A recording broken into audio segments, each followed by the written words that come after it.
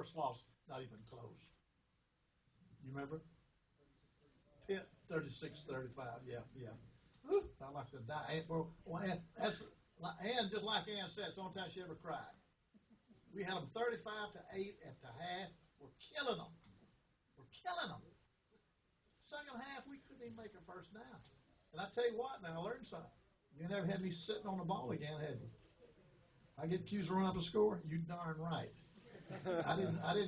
I sat on it when we were ahead 35-8. I said we're gonna win this thing, and lost. And I said I'll never sit on it again. I ain't. Don't have to worry about it anymore though. Who else? Coach Bowden, you had said all year you thought this team was close. They're very young. I know you're disappointed you're not going to get to coach them next year, but what do you foresee for this team going forward in 2010 and beyond? Got to get our defense cranked up. I really felt like our offense played as good as we used to play back in the 90s. I thought our offense was unproductive, but we simply couldn't stop people. You score 44 points against Tech and lose. You score 34 against Miami and lose. You know, I mean, we used to score 20 points. You can win that game. You know, so we've got to build up that defensive football team, and maybe they will. But that's probably been one of the big problems we've had. I don't think it's our coaching as much as it is we've got just don't have the talent I think that we had when Marvin Jones and Derek Brooks and a lot of those guys were playing for us. So they can get that. They'll get that. I think this crew that he's going to bring in here are going to be good recruiters. Bobby, this is Mickey for Fair. Where are you, Mickey? Where are Coach, you? Where's Mickey? I have a man. How big was that score? You not only scored in the third quarter, but you took almost 7 minutes off the clock. Was that big and vital? Yes, that was very big. When you play somebody like this team here, Mountaineers, that have a back like number 7, your time of possession is going to be very important. When we used to play Dorset up at Pitt, you better keep the ball because he's going to get one. He's going to get. Dorset would get one every game, you know, and Divine's the same way. So the score was important, but the 7 minutes were very important too. Coach, one other thing, I might have a follow-up. You didn't explain to the other people, the media here, that in that game at Pitt in 1970, you in the second half, you didn't have your best defender in there. That's the reason you lost that game. Well, we did have some injuries. That affected us, and but the thing it's funny. I know y'all ain't interested in what happened in 1970, but I'm gonna tell you anyway because you're sitting there, right? So we're playing Pitt up at Pitt, and that's the big rivalry is West Virginia and Pitt. It's like Florida State, and we got ahead of them 35-8, just killing them. And so what their coach did now, because he told me about it later, he was so embarrassed, he took all of his wide receivers out and played the second half with 3 big old tight ends. All he wanted to do was kind of keep the score from getting run up, you know. And what he did, he came up about 5 times with 4th and 1 and went for it and made it. And we couldn't stop him. We simply couldn't stop him. And I was sitting on the darn ball. I wouldn't go ahead and open up our offense until it was too late. Now, like I said, it's the last time I've played conservative football. Bobby, you didn't answer the second part of the question I asked a while ago. Today, were you aware of the last game of it, the ultimate game, the last fourth quarter, the last third quarter, and did you think about it all for old years, old players, old moments? Did I think of old players and old moments during that time today? Not too much. I can't remember thinking too much about that. I probably reflected back to games here in the Gator Bowl because they were fresh on my mind, you know. And we played, that's the third time we played in West Virginia in the Gator Bowl. I think I reflected back a few times on what happened in those games. Any regrets, Bobby? Pardon? Any regrets at all? 389 wins? You know, I wanted 400 so bad. I wanted 400 so bad. because I felt like, well, Joe's going to beat me when they took away those games. That Joe's going to beat me. And if I could just get to 400, it'd be me and him at 4. You know, I could hang around with him and follow him around a little bit. But I wanted 400, but didn't get a shot at it. Bobby, everybody always says it's hard to follow a legend. Do you have any advice for Jimbo, or any advice for the Florida State fans when following Jimbo? Well, they've got to be very patient with anybody. Anybody that coaches as long as I have, the next guy coming in has got to be very careful. And I really have a lot of confidence in him. He's one of the sharpest young coaches I have seen. And he'll hire well, he'll recruit well. I think he'll do good. Now, I want to leave town. I definitely want to leave town. I've always said when I finish a job like this, I do not want to hang around and get compared.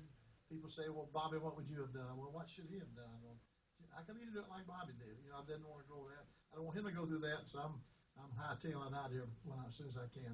When I say soon, season's not till next September, but as soon as then I can get everything all squared away, we'll probably go to Panama City. There and yeah, that's our second home anyway, between there and Birmingham. We're keeping a house in Tallahassee. Coach Bowden, if you had to write this story for tomorrow, what would you say about who Bobby Bowden really was all these years over the years? What would you say? What would be all about? If you think about everything about West Virginia, Florida State. Well, my headline would probably be Bobby Bowden pulled out another great win with his excellent strategy. He jerked the mic away from Jimbo Fisher and started calling plays himself. And that's why they won. Another lie with it. Be another lie. Coach, in the last minute or so, right here in front, it looked like you had a special moment or two with Jim Gladden, Chris Wanke, Derek Brooks. Just what did that mean? All that means it's just about as meaningful as anything you can get. Anybody who's worked a job, doesn't have to be a football coach, could be a writer, could be anybody that's worked at a job as long as I have, and then you know you're fixing to leave, and then people come up and hug your neck that you coached 10 years ago or 20 years ago or 15 years ago and helped you be successful. It is a great closeness there. It's like a family. It's like a family, you know, and I really appreciate all those boys coming back to the game. Coach Bowden, right here. You said some time ago, I remember this quote, whenever something bad happens in your life, it's soon followed by something good. Was the, if you will, forced resignation the bad, and how good was today? How nice will this taste for years to come? Well, this will be good, you know, because you always remember that last game, and so you always remember it as a win, and it'd be just it's a good feeling. But you know how wins last 24 hours. You know, you win and you're happy, and you go home and you eat good, and you drive back, and then back to work. Back to work. Because when you're coaching, it's the next game. You know, then you lose, you forget about that last win. But it's nice to, I guess, it's nice to end your career with a win, and that's what the boys did for us, and I'm excited about it. You know. Coach, what was it like in the locker room? I guess you were signing autographs for players and signing jerseys and helmets. That's kind of unusual. What was it like in the locker room there? Well, one of the kids brought his jersey and wanted me to sign it, and I did. So another one sees him, so I'll sign mine. Three other guys see it over and I sign mine. And you're sitting there signing every kid's jersey in there. And so it never stops. It never stops. So I had to go do a show with Deckhoff, and that stopped them. And then I had to come over here, and that stopped them again. So if they hadn't left yet, I'll probably do some more when I get back in there. One thing let me mention to you. This is me now. This is me. People talk about games we've won. I mean, this Bobby Bowden. How many games has Bobby Bowden's? I don't like to say Bobby Bowden won. I like to say our teams have won. We've won 388 games in my lifetime. How about them 22 wins I got at South Georgia College? Now, how come that don't count? I know it don't count NCAA. I know it doesn't count NCAA. But will somebody mention, please, that I do have 400 wins during a lifetime, although they don't count with them sweet old NCAA people that took away 14-hour games. But anyway, I've been wanting to get that off my chest a long time. I keep waiting for somebody to say, well, Coach, you won 22 games with South Georgia College. Why don't they count that? But y'all never would ask.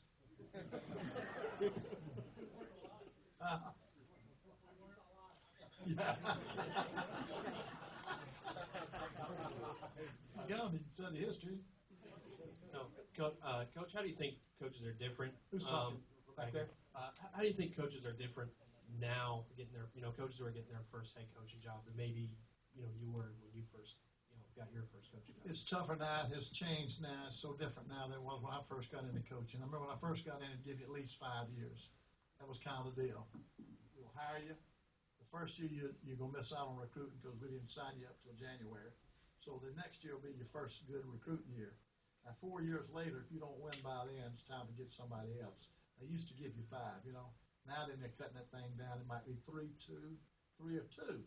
Now, I think the thing is that coaches are making so much money. Coaches are making so much money that people are impatient. Look, we're paying you this much money, you win. You got to win now. You know what? And so I think that's causing a lot of guys to probably lose their jobs. The thing, thing y'all don't ever mention